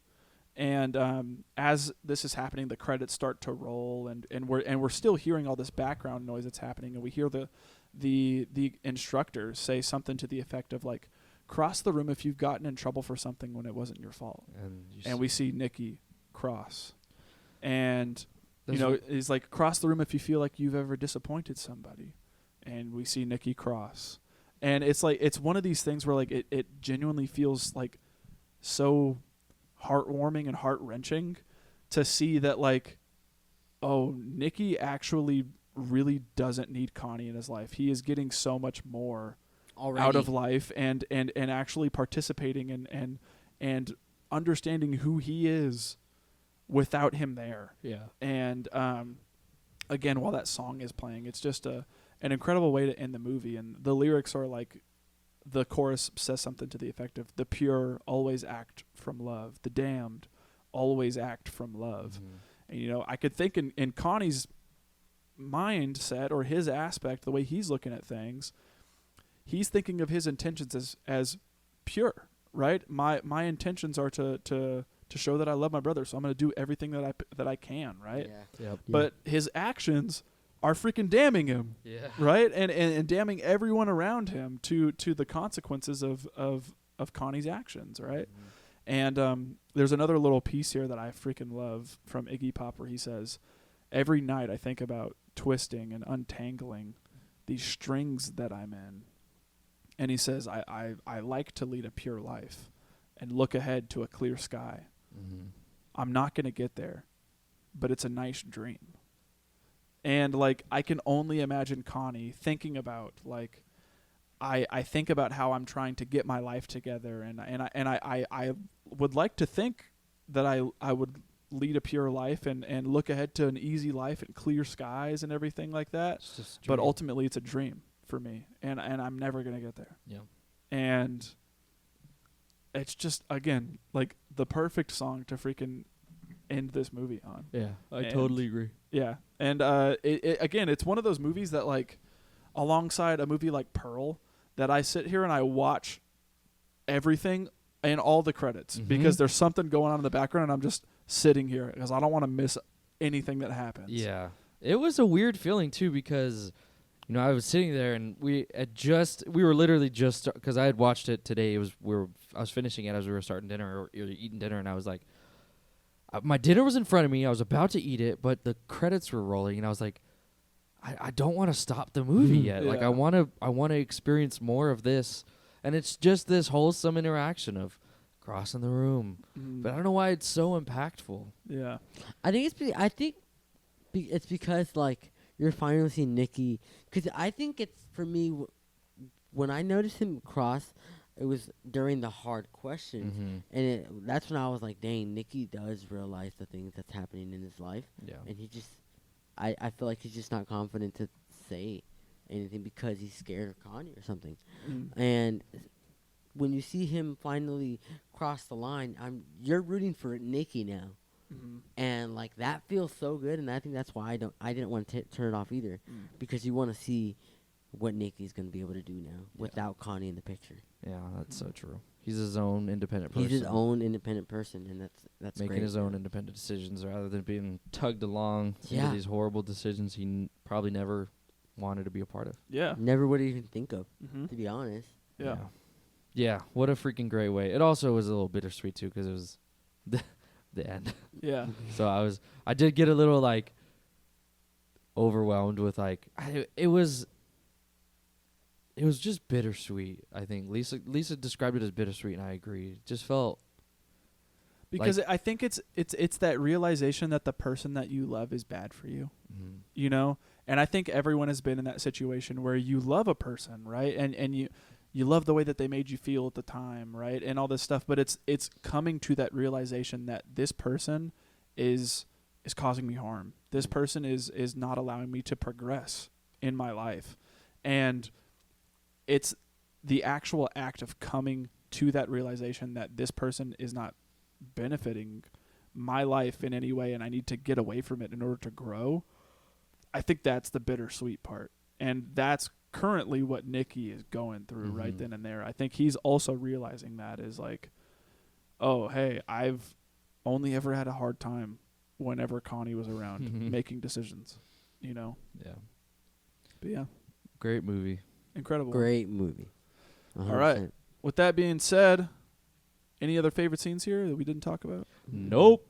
All right, then let's move into best quotes. I have one off rip that I think perfectly encapsulates Connie's character. And it's right whenever he mentions stealing that grandma's car and asking the Oh my god. the little girl, dude, do you have the keys or anything like that? And she starts kind of getting confused and freaking out and all this stuff and says she doesn't really know. And Connie interrupts her with saying, "Don't be confused. It's just going to make it worse for me." Yeah. And if that is not the complete encapsulation of Connie as a character, then I don't know what is. No. Yeah.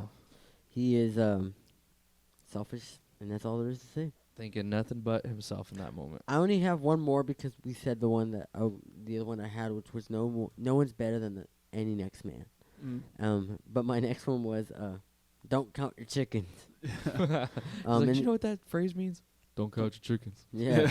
And it just made me laugh because it was in the beginning of the first session with Nikki and the therapist, and yeah, it just made me laugh. Yeah. I have two. He's just such a weirdo, dude. It's when the 16-year-old hands him like the little pen and he goes, "Is that weed? It has no effect on me. I'm immune to it." I was like, "What?" And then there's another one where he says, "I think I was a dog in a previous life. In fact, I know I was. That's why they love me so much." I was like, "This guy's a weirdo." Yeah, and I think it's done under the disguise of like he first off saw like how much that girl liked the dog and how much she reacted to it and is like, this is another way where I can like get her comfortable with me. Oh yeah. And she smokes weed. I don't even smoke weed anymore because it just doesn't have any effect on me. You know, like it's just he knows like little ways that he can like take control of the situation and make him be the one in power. True. You know. What's that quote too when they get to it's like they're just about to get out where he's like, "I'm gonna go take a dump at this guy's house," where he says like and he says, "I think there's something very important is happening right now and it's deeply connected to my purpose." Yes. Yeah. And he says like, "And I think you're a part of it." Yeah. Is that corny or what? And Yeah. she agrees with him. Yeah. She was like, no. Just Yeah. wild. Yeah, that's about it for best quotes for me. Yeah, that's Anything it for else? Nope. All right. If that's it for the quotes, then let's move into bruh moments. There is so many. There's a lot. So that's for many. Sure. We've talked about a good handful. We but have talked a good handful. So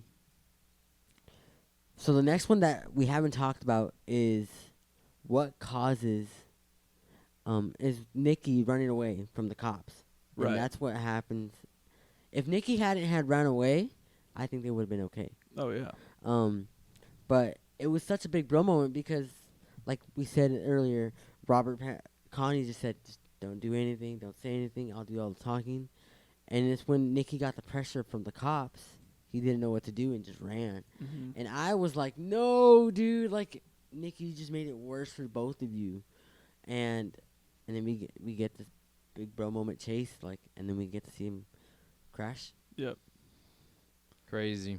Yeah. I did want to Nicky getting beaten up in the prison in jail. Yeah. He Huge bro moment. He is just trying to watch TV, and nobody knows that.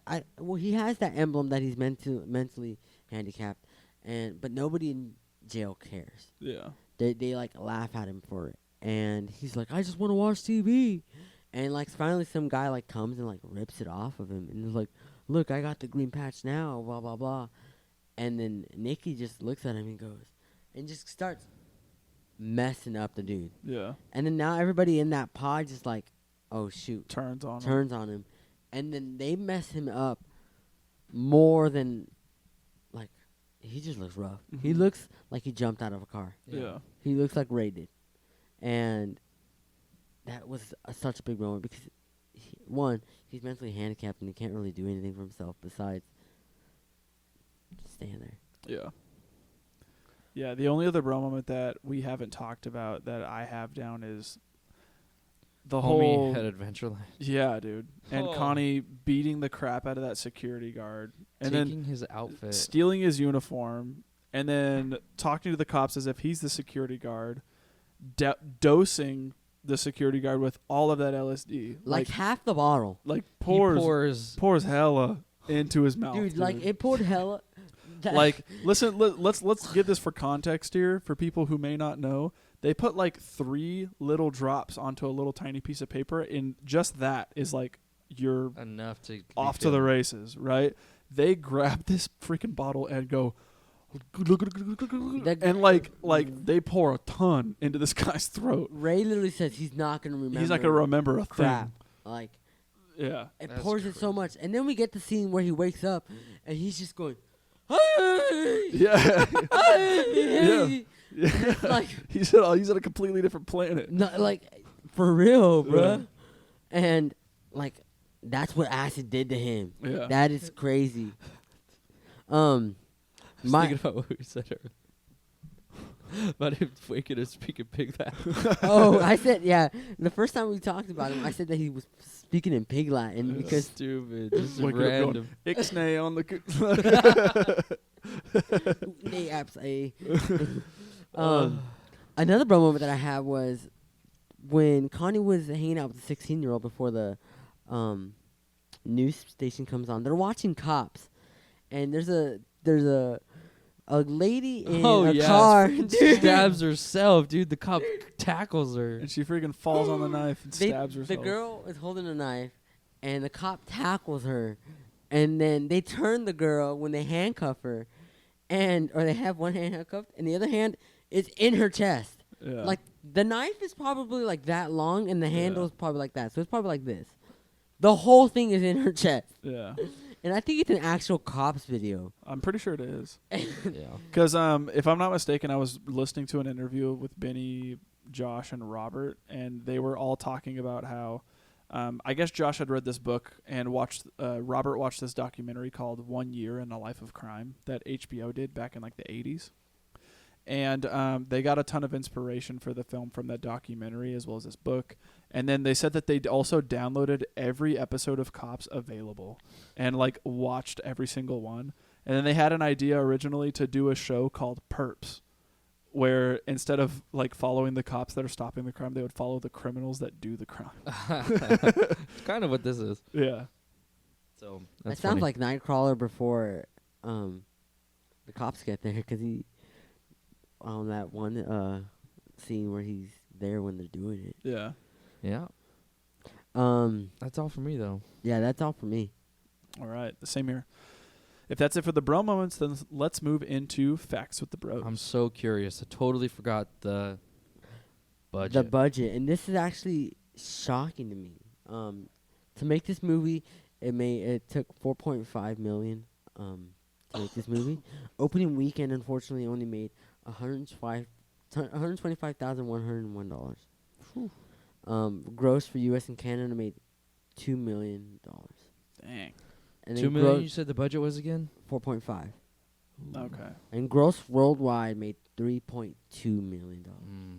So So it was this almost is- there, but It was almost there. So this is considered a flop in the box office standards. But then they would turn around with Uncut Gems I think Uncut Gems is like one of A24's most profitable movies.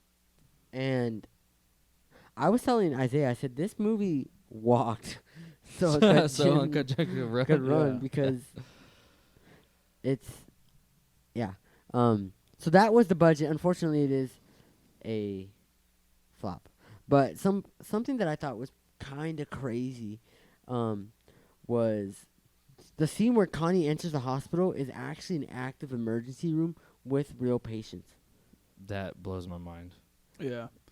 In order to, hitting on the more realism aspects here as well, the Safdies actually hired real cops for the mall chase scene. So those cops that are shown throughout that scene whenever they ask the guy to pull over and all that stuff and everything. Those are real cops. That's real crazy. NYPD.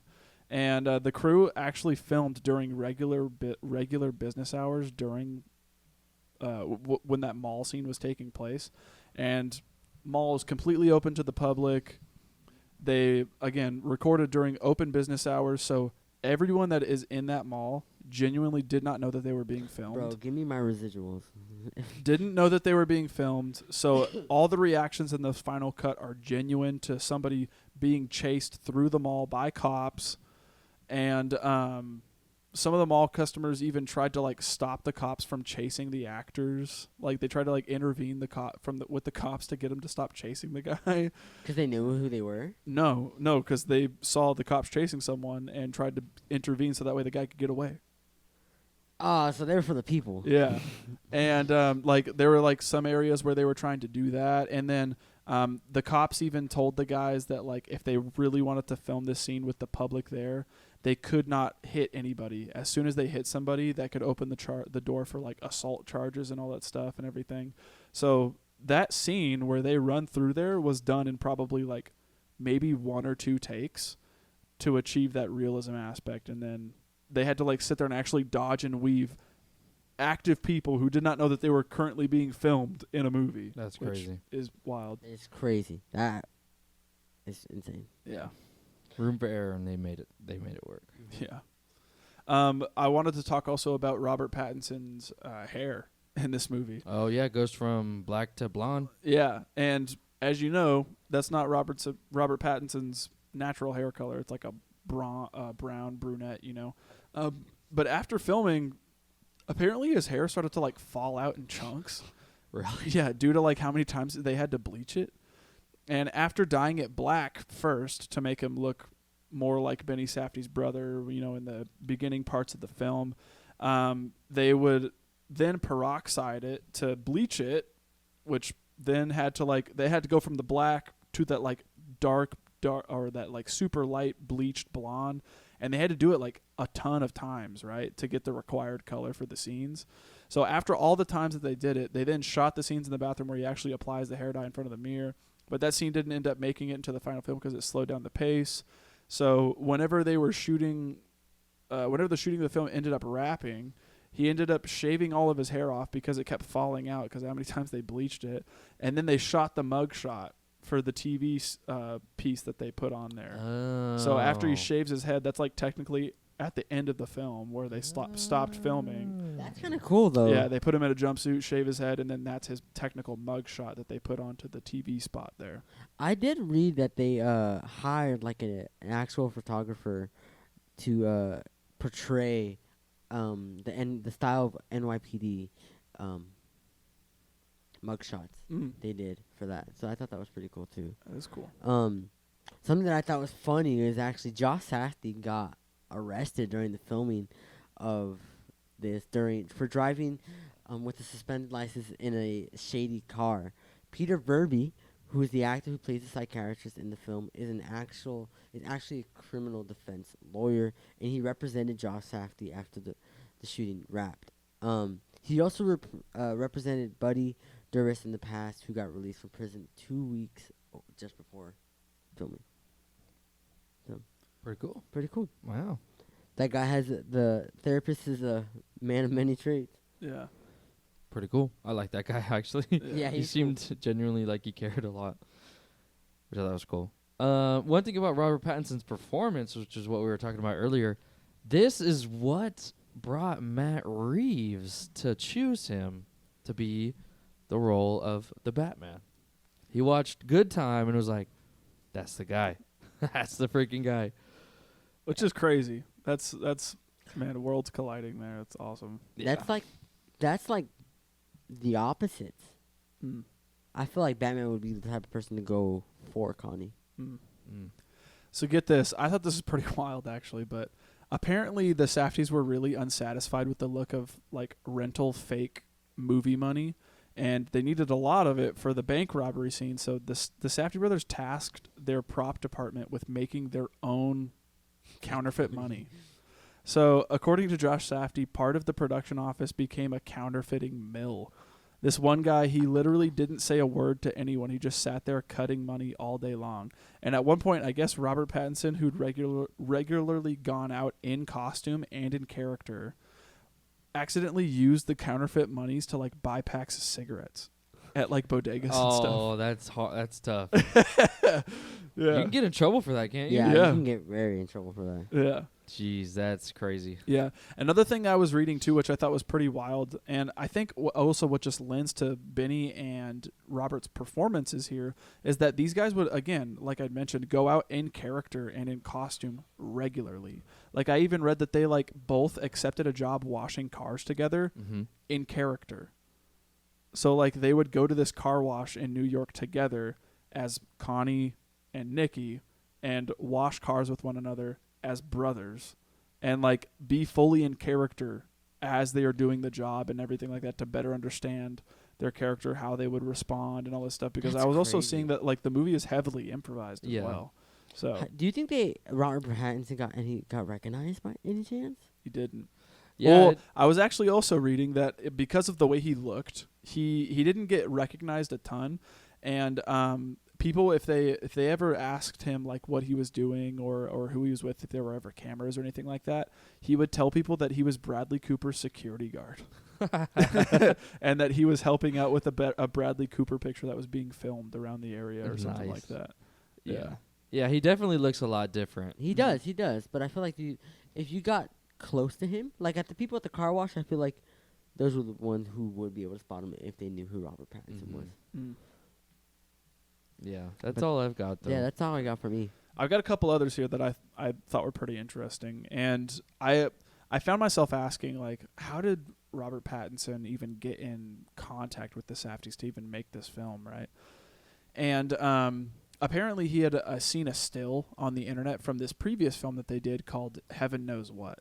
And Heaven Knows What is all about a woman with a heroin addiction and her trying to overcome that.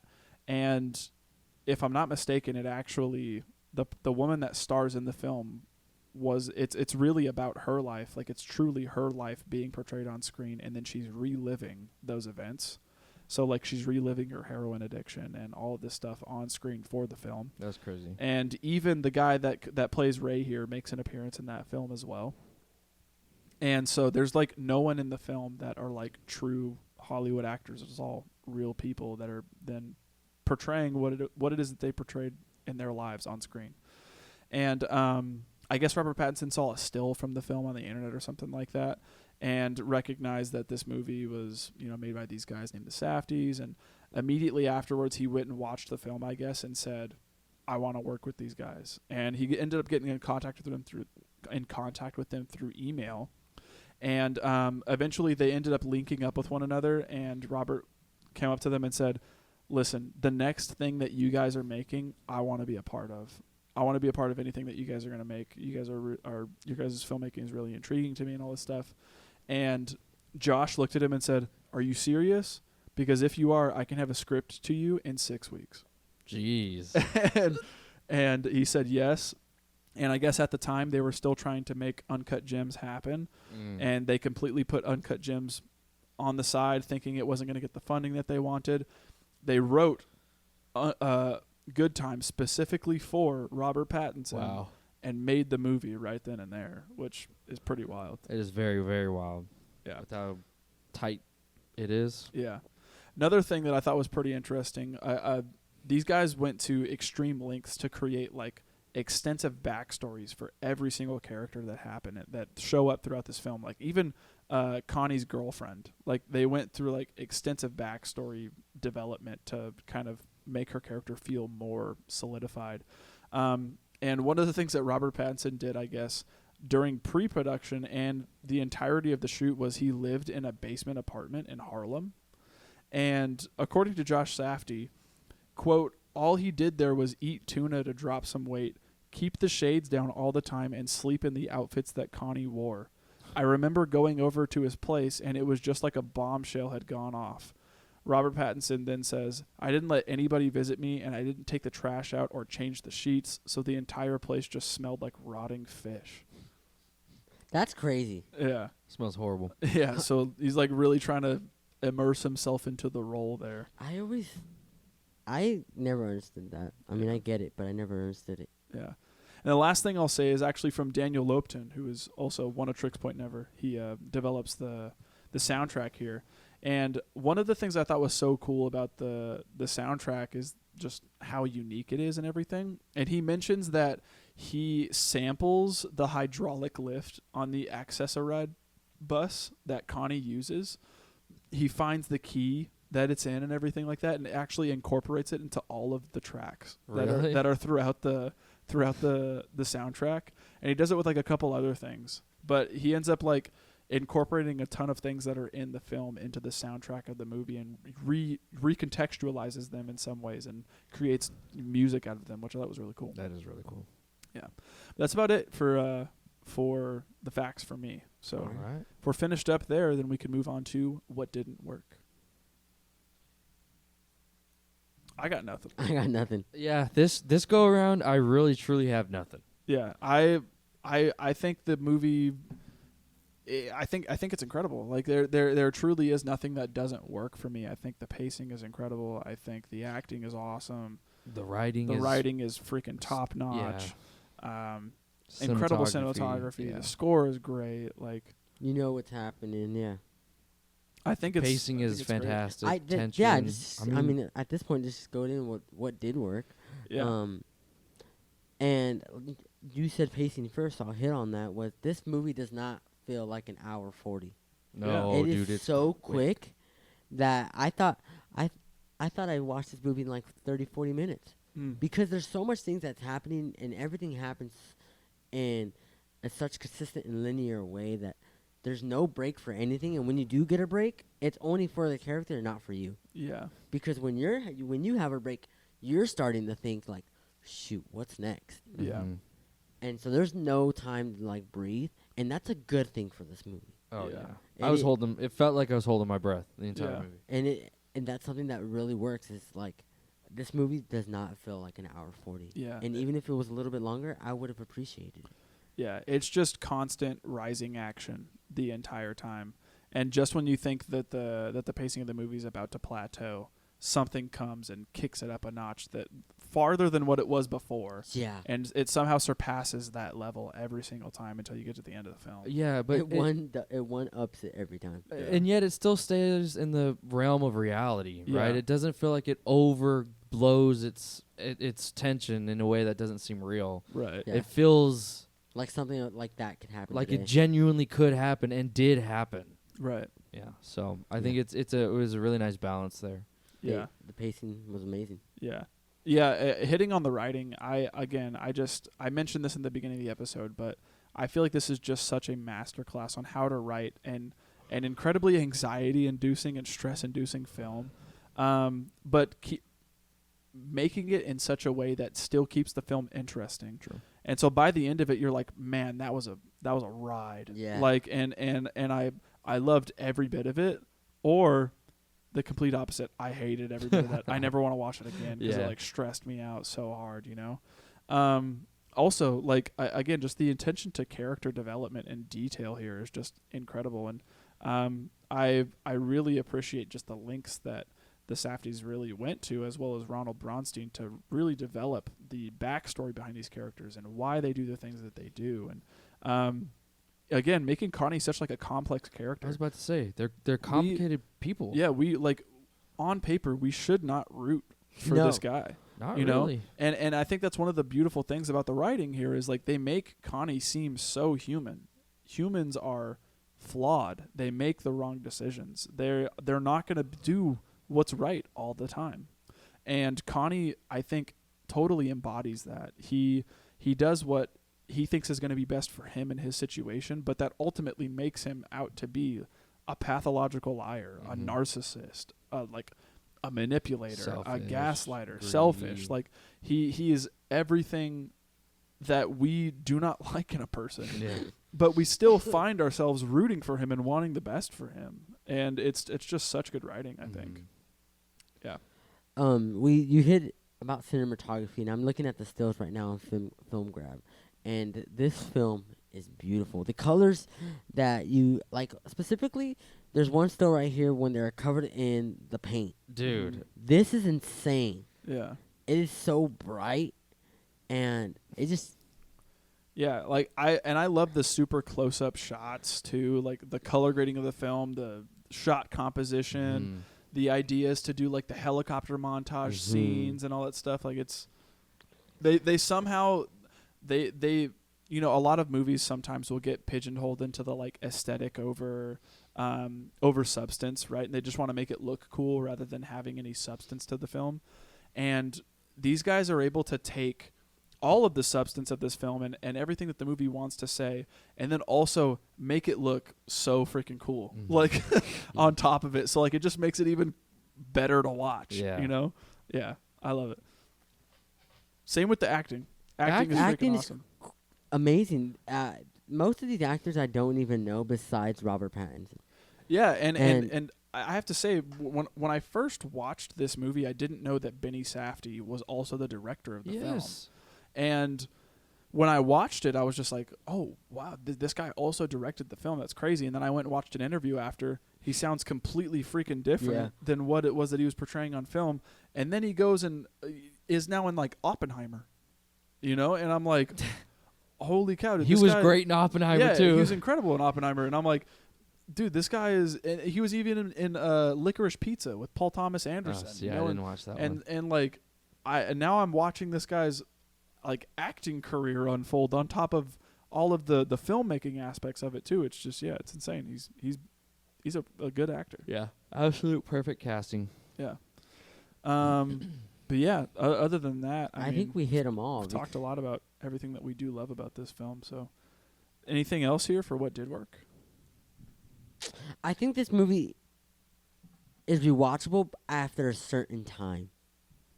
I'm not gonna. There's no way in heck I'm gonna rewatch this again this year. Yeah, I think we did it right in like waiting a really long Yeah, time. I haven't returned to it for 3 years. Yeah, I literally was like, I forgot about the ending. I forgot that Ray falls to his death, and I was like, what? And like I was surprised that again that switched the person, that was the wrong person. So, but I like when I rewatch it, I know it's gonna be intense, and I know it's gonna be crazy, and I know I'm gonna be able to enjoy it. Right. Yeah, it's gripping. Yeah. Yeah. Well, with that being said, who wins the movie? I mean, I kind of want to say Nikki. Benny? I kind of Benny want to say Safdie? Nikki, but also Robert Pattinson kills it. yeah. Yeah. I It's think Robert for me. Yeah, it's 100%. I think I'm gonna say Robert Robert. Pattinson. But Yeah. Although I do like Ray's character, the more I watch this movie, the more appreciation I have for him. Yeah, if I was near Ray or like near his situation, Dude. I would be completely siding with Ray and be like, "We gotta get this guy, bro. Yeah. Freaking jerk," you know? His name is Buddy Duress, Yeah, and he really kills his role here. yeah. All right, what are the themes here for Good Time? I put the blurred. Well, when I was reading my notes from the first one, I had typed out a potential theme could be the blurred lines between. Oh gosh, what did I write? The blurred lines between family, loyalty, and selfishness. I like that. Heady. I like that though. It's kind of yeah, and I think there are themes of selfishness here, and again I kind of hit on like, at what point does love turn into selfishness, or at what point does love not become love anymore? When is it not love anymore? And it's only serving the benefit of yourself, right? You know, or you're trying to convince yourself that things are done out of love when they are not, you know. And I think there's something to be said here, especially with just the character of Connie in general. Yeah. This movie, can really show that, like, a person like Connie, will be loyal to a fault, but is that always necessarily a good thing? Yeah. You know? I would say the movie's saying no. Yeah. Not a good thing. I am not sure. I don't know what to think about. Like, I don't know what I would take away from this. Literally, don't do bad things. Like, Lead a pure life. think before you act. Like, Yeah. I don't know. There's so many things that you could take away, but there's so many things that I don't want to take away from this movie. Yeah, I get you. All right, well, I guess with that being said, what are we rating this? I'll go first since this is my pick. I gave this film an 8 out of 5. 8 out of 10. 8 out of 5. Dang. 8 out of 10. 8 out of out of 10. 10. Okay. I'm giving this one a 10.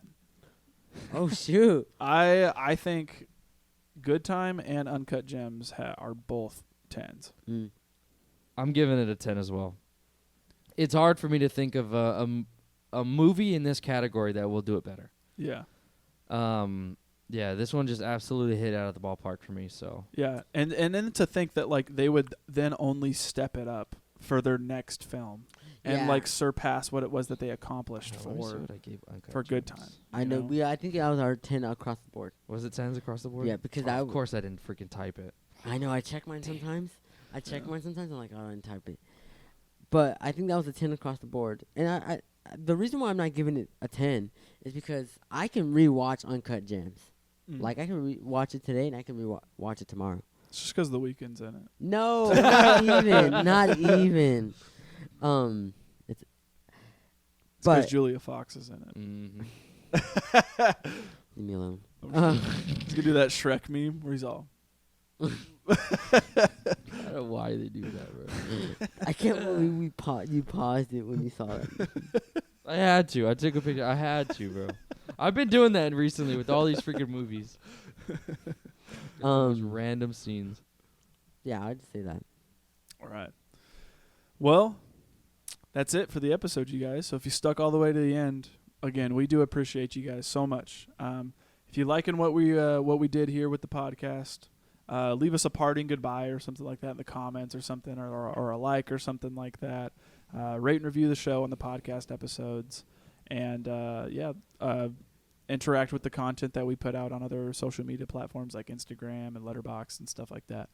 I did want to say real quick, in regards to the actual audio platform, Apple, Spotify, so on and so forth.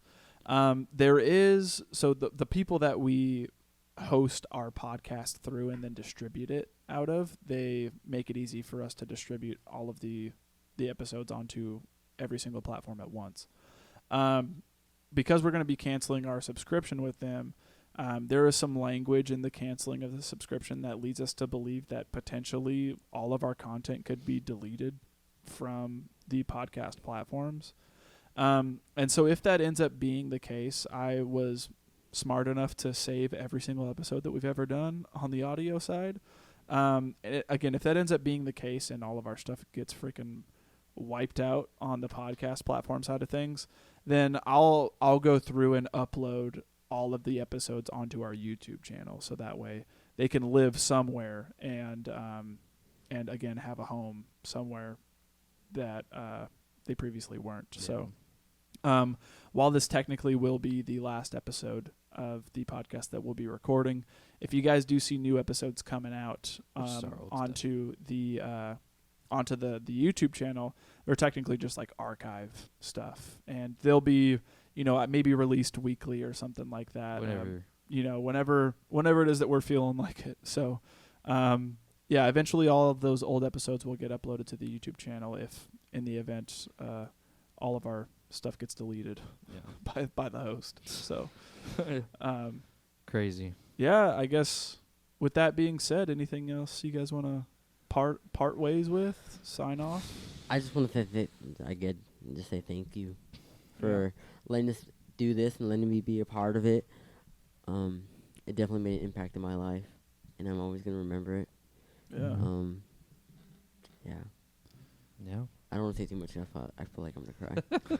So It's weird to say that this is the last one, but had to happen at some point. yeah. And yeah, I don't know what else to say other than thank you. Yeah. I think I'll just leave it at that and say that, we cannot thank you guys enough for lending your ears for the past 3 years and listening to what it is Over that we have to say. 150 something episodes. Yeah. I've lost count at this point. Yeah. And we've had an incredible time doing it every single week, and I'm so thankful for not only you guys but everybody else here that took time out of their day and their lives to listen to us. So Yeah. I mean, if there's one thing I'd have to say, it's just to continue to watch movies. Yeah. Old ones, new ones, black and white ones, subtitled ones, Foreign dubbed ones. ones. Yep. All of the above. Don't stop watching movies. Yeah, Yep. continue. I mean, Yep. who knows? You might find something that changes your life. Yeah. Yeah. All right. Well, I guess for the final time, we can go ahead and sign off here. So, as always, this has been the Film Bros Podcast. Thank you, and good night. Good night. Good night.